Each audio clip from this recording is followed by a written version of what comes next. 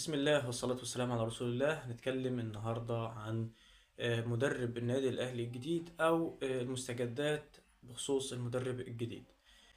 طلع النهاردة الكابتن أحمد شوبير أو الإعلامي أحمد شوبير، قال إن ملف التعاقد مع مدرب أجنبي جديد أصبح نشطا مجددا، يعني سيتم اتخاذ قرار قريبا.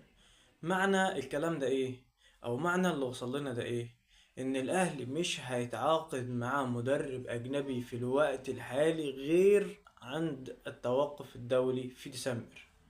يعني مش هقول لك التوقف بتاع اكتوبر اللي هو الشهر الحالي، ولا توقف تاني غير توقف بتاع ديسمبر. حضرتك انت بتقول ان انت مش لاقي مدرب واو.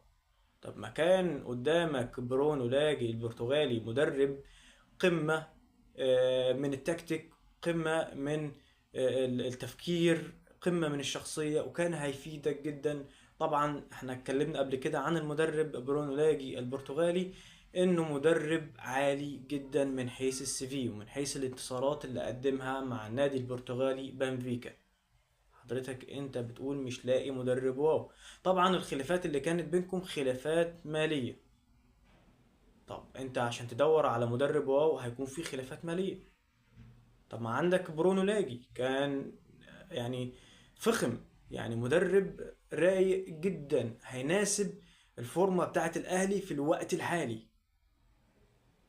حد يوضح لنا ليه الاهلي اتأخر مع التعاقد مع مدرب اجنبي؟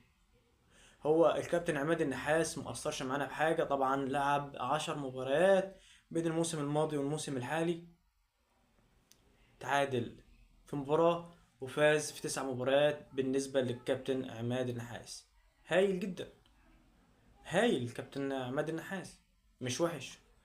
طبعا انت محتاج مدرب اجنبي يكون شرس، علشان عندك تحديات كبيرة جدا، خصوصا ان انت عندك دوري ابطال افريقيا.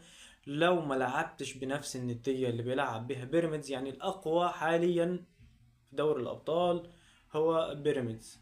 انت ما عندكش اي منافس على دوري ابطال افريقيا غير بيراميدز وبنقوله صن داونز. فحضرتك لو ما لعبتش بنفس الندية وبنفس الشراسة اللي بيلعب بيها بيراميدز وخرجت من دوري الأبطال لا قدر الله، بيراميدز هيحصل أو سيحصد دوري الأبطال مرة تانية وهياخدها منك. يبقى أنت في الوقت الحالي بالنسبة للنتائج اللي بيقدمها الكابتن عماد النحاس مش وحشة إلى حد ما، بس نتائج ما تفيدناش مقدما أو في القادم. البعض بيقول كيروش والبعض بيقول جوميز. جوميز مش هينفع مع الاهلي، خدها مني، مش هينفع مع الاهلي. كيروش عنده استقطاب عالي جدا، مدرب قوي فكريا وتكتيكيا، مدرب قوي في الاستقطاب، بيجيب لك صفقات هايلة جدا. بس كيروش انت مش هتستناه لان قدامه مباراتين مع المنتخب السوري. طبعا قصة تانية.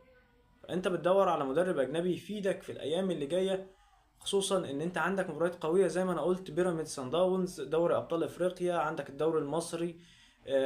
ما تفرحش ان انت خلاص فزت على الزمالك. طبعا انت عندك بيراميدز، بيراميدز هينافسك على الدوري، هينافسك بشراسه، هينافسك. يعني انا خايف ان بيراميدز تاخد الدوري بالمره. يعني ما خلاص انت مش عارف تجيب مدرب، بقالك شهرين تقريبا مش عارف تجيب مدرب بعد الكارثة اللي انت عملتها معانا وجبت لنا مدرب معدوم التفكير ومحدود التكتيكات ومحدود الفنيات. جايب مدرب زي خوسيه روبيرو او روفيرو، جابوا لنا في كأس العالم. يعني لو الكابتن عماد النحاس اصلا كمل مع الاهلي كأس العالم، كنت شفت نتائج اعلى من النتائج اللي قدمها روبيرو او روفيرو. انا عايز اقول حاجه قبل ما اقفل الفيديو. هاتوا لنا مدرب عدل الله يرضى عليكم، عشان الايام اللي جايه ايام منافسه شرسه، علشان الايام اللي جايه فيها منافسه شرسه مع بيراميدز، مش الزمالك خالص،